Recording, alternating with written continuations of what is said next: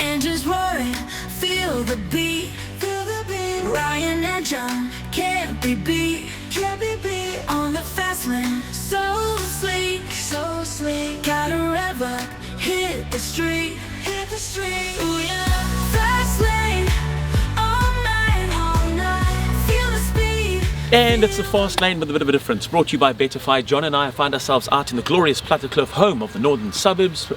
4x4s. It's home to the Fortuner, home to Prados, a couple of them. But this is Toyota country, John. And in Toyota country, you'll often find a lot of other mix of cars, including the likes of the ones behind us. It's also BMW country, Mercedes country, and SUV country. So John and I find ourselves in two pretty same but pretty different vehicles. You're in the... It's the X3 and again the diesel, which we seem to be on a diesel run. 2 litre. And yeah, I mean, this is a second-hand market. So again, 90,000 kilometers, 2016 model, and I think it's a great buy for just under, what's it, 360,000 rand. You know, if you're looking for a car in the second-hand market, I think this is a great buy. Solid. It's got all the bells and whistles, xenon lights. It's actually got the automatic tow bar that pops out the back, which is quite useful, and they do it quite well. BMW. They actually hide. I actually had to look well underneath to see it. Well there. hidden, absolutely. And then I'm in the, and that's from Driving Force, by the way. Right next to that, from the Roller group of cars have got this in. Now this is, let me just tell you, you can't find one for under 1.2 million rand. This is on the floor at $1 million. And if you go see Brandon Foster or go to Roller Motor Group, they'll give you another 20,000 rand off the price if you say the fast lane. This is the Discovery Sport. This is the 2024 spec. It's got 18,000 Ks on the clock, and even though it's a SE, not a HSE, it's been spec'd like an HSE. So it's got all the bells and whistles that you'd expect from an HSE model. It's just an SE that they've spec'd with obviously the top end spec. It's a great car to drive, economical, good vehicle, great valued around the $1 million rand mark, and like I said, with 18,000 Ks, there's plenty of motor plane left on this vehicle as well from Roller. And both a nice size, you know, because sometimes you don't want that bigger vehicle when you're daily driving, so these are actually very compact and very useful to get around in. Now listen, that's not the only car that we had in the fast lane this week. I also was behind the wheel of the all-new Mercedes-Benz GLE 53. Of course, it's the AMG. It's the predecessor to the 43, as we remember. 3-litre V6 twin turbo. Let's have a quick look. This is it, the all-new Mercedes-Benz AMG GLE 53. What a car. You remember there was a 43 that was out on the market in 2019. Well, this is it now. It's all grown up. It's a 3-litre, it's a V6, it's a twin turbo. It's the baby brother or sister, whichever one you prefer, to the all-empowered GLE 63. That's the Mac Daddy. That's the big, grand chief in charge of the GLE range. Of course, this is for somebody who's looking for a similar type of performance, but not all the extreme performance drive that is the GLE 63. From the 53, like I said, you get that 3-litre V6 twin turbo. It's got a hybrid engine in it. It's got a slight hybrid engine. There's a battery in it, a 48-volt battery, watt battery, and that supplies about 16 kilowatts of power to the performance. It's there when you need it. It's there when you need it. Just that little bit extra bit of push. That battery is there to help the combustion engine. Great vehicle. I like the color combination that Mercedes-Benz have spec'd this specific model with. It's like a red and black leather inside. It's really catchy. Initially, you might think, oh, not my cup of tea. I promise you, a day or two later, you're loving it. You're loving the interior. Mercedes-Benz interiors, they're pretty much standard in 2025. They really are a nice place to spend time. Ergonomics are really simply laid out. All the instrumentation, if you get out of a C-Class all the way through to something like this, the GLE 53, it's all pretty much the same. If you know how to work and configure the controls inside a C-Class, well, like I said, you'll pretty much have it down to a T in this GLE 53. Available, well, 2.5 million is where they start for this specific model.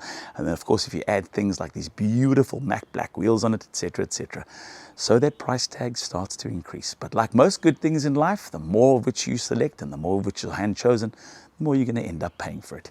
Huge thanks to Mercedes-Benz and specifically our friends up in Joburg and Dion Ube Racing for the use of the GLE 53 AMG. So yeah, John, just like a lot of vehicles, and it's a bit of a break. There's a bit of a weird lull. Even though MotoGP is back, there's no Formula One. I mentioned the fact that we've been hanging out with some of the guys on their break in between the next stop, which is Zandvoort.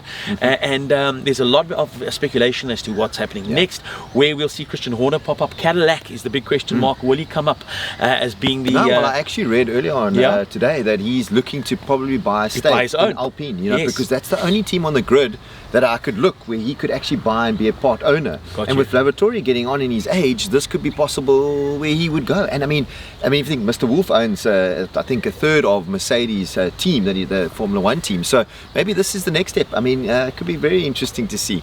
I was looking at the contracts, and it's quite interesting. There's a lot of memes going around on social media about how much people are being paid, even though they're not working in Formula One anymore. I was looking at Daniel Ricciardo, what he's earning, what Valtteri Bottas is earning. Now, even though, granted, Valtteri Bottas is still kind of involved in terms of having a reserve driver, but Christian Horner needs a salary. He gets a salary from now until 2030.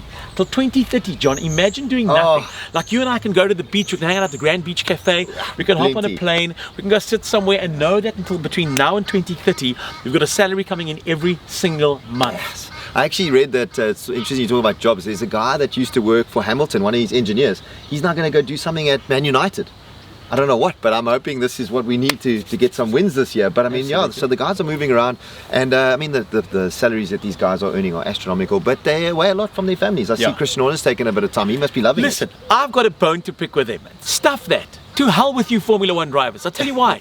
Didn't they just have a break the other day? Do you know, I was sitting on watching school sport. Now, dads that are watching, you'll know exactly what I'm talking about. Sundays, my Sundays, it's my Formula One day, right? No one in my house is allowed to disturb me. No one's allowed to come see me. I want to watch the grid walk with Martin Brundle. I want to watch the build-up. I want to watch Formula One. Now, to be a professional driver, you're not getting a lucky packet, 2 fizzes and a lollipop for racing. You're getting serious money. Who the hell goes on a 3-week holiday mid-season, John? It's very stressful. It's stressful. Very lengthy, you know. They're being paid millions. Entertain me. Listen, you know the younger generation. Well, you know what they should do? In this gap where there's a 3-week lull, right, where there's no Formula One, they should then highlight and have a different series that runs. Get the has-beens to race. Even if it's the has-beens, or maybe the next generation. I know they have F2 and F3, but now should be like a highlights reel. Spectator race. Like or just something that fills the void of a Sunday. Because my Sundays aren't the same. And even though the Premiership's coming back to our TVs this weekend and there's going to be a lot of Premiership action, I miss Formula One during this break. I hear your frustration, because also, I mean, there wasn't cricket, there wasn't rugby, there wasn't anything really on, so we didn't have that power nap that we could normally have on a Sunday. Let's be honest. That little kip, wake up and it's pit walk time. Start of the Formula One. Man, there's something so special and magical about Formula One on a Sunday. Can't wait for that to return.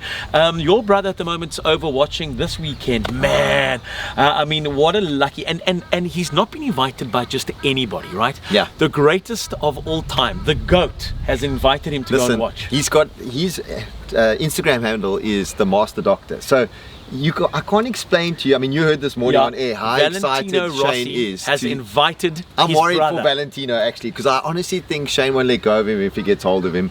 It's going to be really exciting. I've asked him to send us some clips while he's over there, but also supporting Brad Binder, who's really needs some support. So maybe with Van der Linde and Shane over there, they can G him up, get onto the front grid. Pedro Acosta's actually come and said he's going nowhere on KTM, so he's staying, which is good and bad for Brad, because he needs to really up his game to hold his seat, and we really want him there. You know, it's so lucky to have a South African on the grid. Speaking of South Africans, your brother also got to see Jordan Pepe in action, who's battling it out now at the moment as well in his series. So it's South Africans fighting it out in Europe at the moment with his two wheels. Hello from Austria. I'm here with Rene Rust. John and Ryan are doing the Fastlane, so we just thought we'll send you a little video. Tell us what you're up to this weekend and where you're racing next weekend. I'm just coming back from the DTM Nürburgring, which I won on Sunday, luckily. So next race week is next weekend at Sachsenring, and we have 3 more rounds to go for the DTM Championship. Next week in Sachsenring is the third last, and I'm P4 in the championship right now. So still have a chance to win the championship. I'm 20 points behind the leader. Sachsenring will not be our best track, unfortunately, but after Sachsenring we have Red Bull Ring and Hockenheim, which are actually 2 good tracks for us. So hopefully we can score some little points at Sachsenring and then score big points at Red Bull Ring and Hockenheim and win the championship like that. Would be my 4th one. Yes. So you've already got a lot of records, right? The most, except for the 4 championships. Some of them, I have the most pole positions at least. Nice. That's nice. But the 4th title would be nice. Would be very lekker. Cool. And I'm off to MotoGP this weekend, and we'll give you some updates next week. to Ryan and John, the Fastlane, over and out from Austria. Ciao, ciao. Yeah, John, unbelievable stuff. So good luck to Brad Binder the weekend. We'll be thinking about you, standing love from South Africa. Good luck to all the people that encounter Shane Williams over there. 1 year, mark my words, from today, there'll be Father's Day cards flooding in from Europe for Shane Williams. Take care, everybody. We'll be back in our normal studio next time, same place. It's the Fastlane SA, brought to you by Betterfight. Take care. Feel the beat, Ryan and John can't be beat on the Fastlane. So sleek, got a rev up, hit the street.